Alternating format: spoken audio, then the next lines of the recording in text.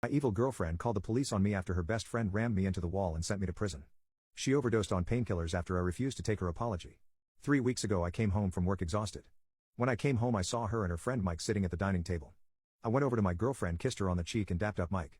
I didn't really think too much about him being there since I know him really well and he's known my girlfriend since they were little kids. I just asked him if he wanted a beer or something, but he refused, stating that he was here to talk to me. I was confused at first, but when I looked at their serious expressions, I knew it was something serious. I grabbed a beer from the fridge and sat at the table as well.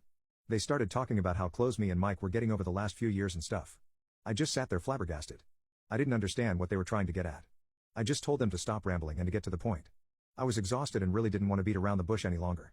My girlfriend asked me if it was okay if Mike could stay over for a few weeks since he recently got fired and evicted from his place.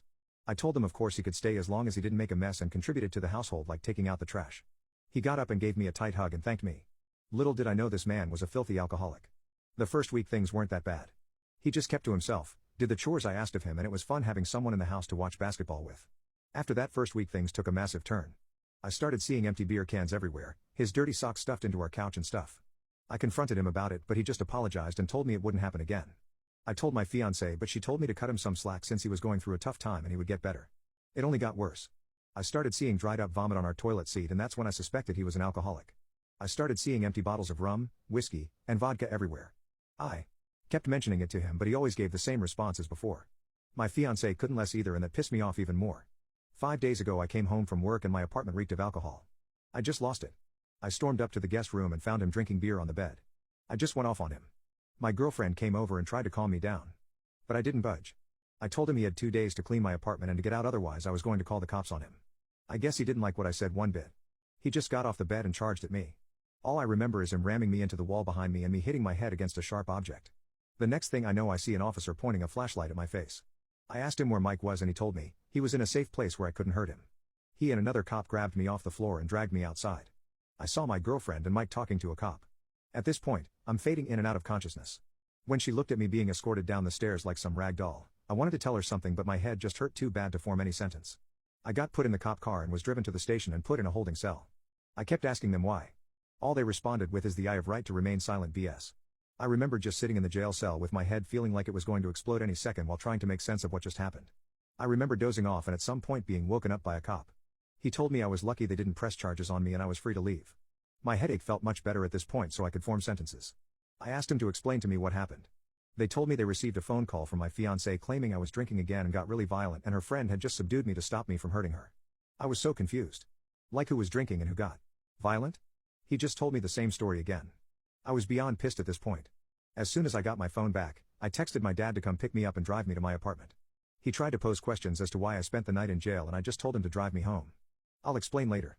Once there I just stormed upstairs to see if my front door was unlocked, and to my surprise it was, and my now ex-fiancée was sitting on the couch. I could tell she had been crying since her mascara was running down her face.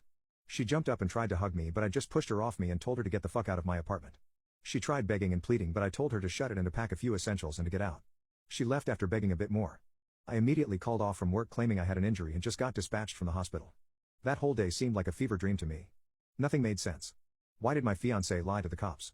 That's all I thought about all day. She tried calling me a million times, but I kept trying to ignore it until I just couldn't hold back anymore. I picked up and told her to explain everything and to not dare even think about lying to me. She ended up telling me that after Mike knocked me out they both started to panic. She was scared of calling the cops on Mike since he was already on probation and this would probably end up destroying his life.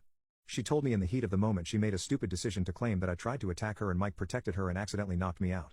She reasoned that I could afford it since I didn't have a criminal record and Mike did. I didn't want to hear anymore and just hung up. She texted me all kinds of apologies and tried to call many more times, but I was done.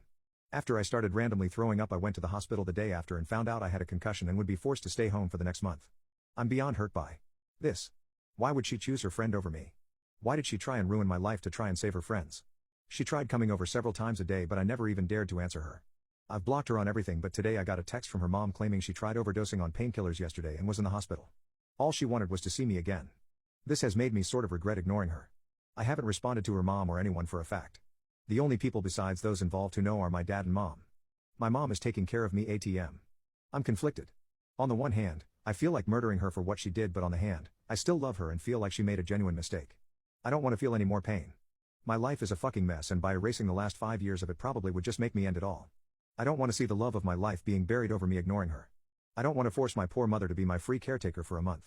I feel like it's my fiancé's responsibility now. I'm so done with everything. I'm literally glued to a bed all day and my laptop and phone are the only things keeping me sane. I start randomly getting panic attacks and start shivering uncontrollably.